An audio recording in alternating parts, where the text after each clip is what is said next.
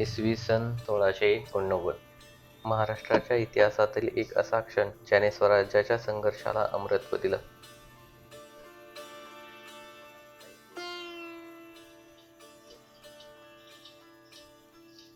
मुघल बादशाह औरंगजेब स्वराज्य संपवण्याच्या निर्धाराने दक्षिणेत उतरला होता, पण संभाजी महाराजांनी 9 वर्षे त्याच्या साम्राज्याला रोखून धरलं.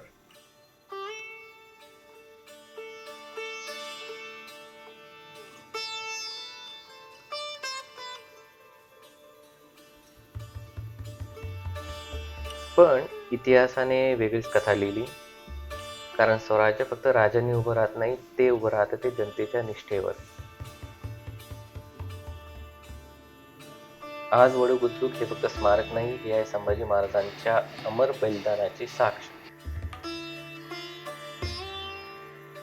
फेब्रुवारी 1689 संगमेश्वर येथे मुघल फौजांच्या हाती ते सापडले. त्यानंतर छळ, अमानुष यातना, धर्मांतराचा दबाव, पण संभाजी महाराज झुकले नाही. 11 मार्च 1689 तुळापूर येथे भीमा आणि इंद्रायणीच्या संगमावर छत्रपती संभाजी महाराजांची निर्दयी हत्या करण्यात आली.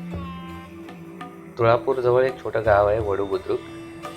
या छोट्या गावातील लोकांनी प्राणाची पर्वा न करता महाराजांचे विखुरलेले अवशेष गोळा केले, त्यांचे संस्कार केले. ते आजचं वडू. नंतर शाहू महाराज जेव्हा स्वराज्याच्या गादीवर आले, या ठिकाणी संभाजी महाराजांची समाधी उभारण्यात आली.